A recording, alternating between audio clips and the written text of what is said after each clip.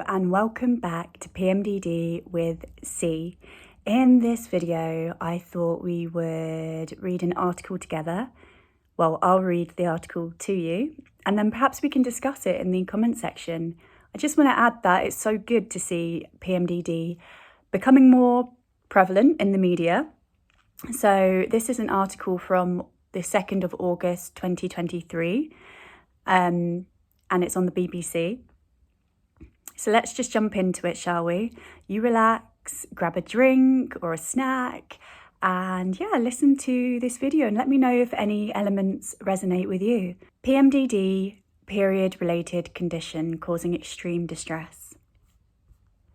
An extreme hormonal condition has left some women battling emotional distress because of a lack of help, campaigners say. Premenstrual dysphoric disorder, which is linked to periods, is thought to affect more than 1 in 20 women. Sufferers want medical students to get compulsory education on a problem one called an evil monster inside her. The Welsh Government said it recognised there was insufficient recognition of PMDD and its devastating consequences. Bella Humphries said she was more than happy to tell people that my period sometimes makes me want to take my life, adding, "It's secrecy and silence that will kill people, not the disease or the disorder." Rhonda MS Buffy Williams said she was unable to do anything for 3 weeks a month and described her experience as soul-destroying, with her symptoms so severe that she had a hysterectomy at 34. So I'm going to scroll down a bit just to skip a few paragraphs. According to the International Association for Premenstrual Disorders, 34% of people who have been diagnosed with the condition have attempted suicide. You're on a 7-day bender where you're making the worst possible decisions of your life. You're sort of setting your life on fire on purpose, is how Bella described it. The 29-year-old from Conwy has turned the devastating impact it had on her life into a radio comedy. She joked that she decided not to drive into a tree because it would harm the reputation of female drivers. Diagnosis takes on average 12 years. 12 years. That's not good enough, is it? That wasn't in the article, but it's not, is it? For Miss Humphries, she knew something was wrong the moment she started having periods and said from then her symptoms got worse. I was not getting out of bed. I couldn't get through basically any conversations without crying. There was a lot of screaming and just feeling like my world was over, and it didn't really matter what anybody said to me. They couldn't understand how it felt inside of me. According to the Royal College of Nursing, PMDD affects 5 to 8% of menstruating people, yet Miss Humphries admitted that she had never heard of it until she was diagnosed privately. Campaigner Becky Smart, 36, wants to make it compulsory for medical students in Wales to learn about PMDD. This is interesting. I was talking to a couple of doctors the other day and they hadn't heard of PMDD. This was in a social setting. But that amazed me too. And I wonder what, the training is for women's health when you go through, your years and years of training to become a medical professional, and why, PMDD isn't mentioned, considering, women are, I guess, roughly half the population of the world. I don't know the exact figures, but why? Her symptoms started at 14, yet it took her 18 years to get a diagnosis. Nobody told me that feeling suicidal before your period isn't normal, she said.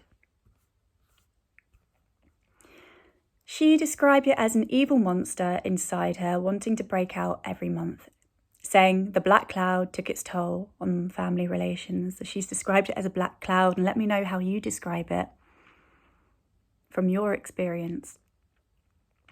If a petition she has launched gets 10,000 signatures, it will be debated. Miss Williams, a Labour member, said, "It was almost like every single movement, every single part of my life revolved around my period. You'd be back and forth the doctor, making appointments all the time, going to see the nurse, and the answer was always the same. It's just what women go through." How many of you have heard that? Her case was so severe, she had to have a hysterectomy.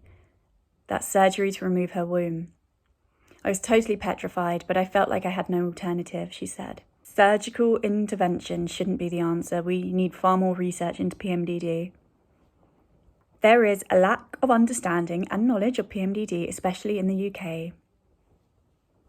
An expert on the condition based at the University of the West of Scotland, she described the problems as complex. What we hear is that health professionals themselves are frustrated with the lack of information, the lack of training, and the lack of referral routes for them, she said. Dr. Matthews said teams of experts in mental health, gynecology, and primary care could work together to improve the situation, but research had to happen first. NHS guidance recommends anyone who suspects they have PMDD to keep a diary tracking their symptoms and then take it to their GP.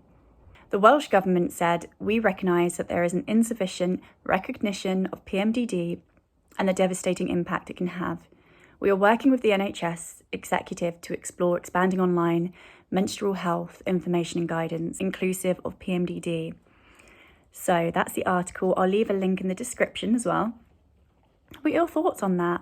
Again, I think it's brilliant that journalists are investigating this.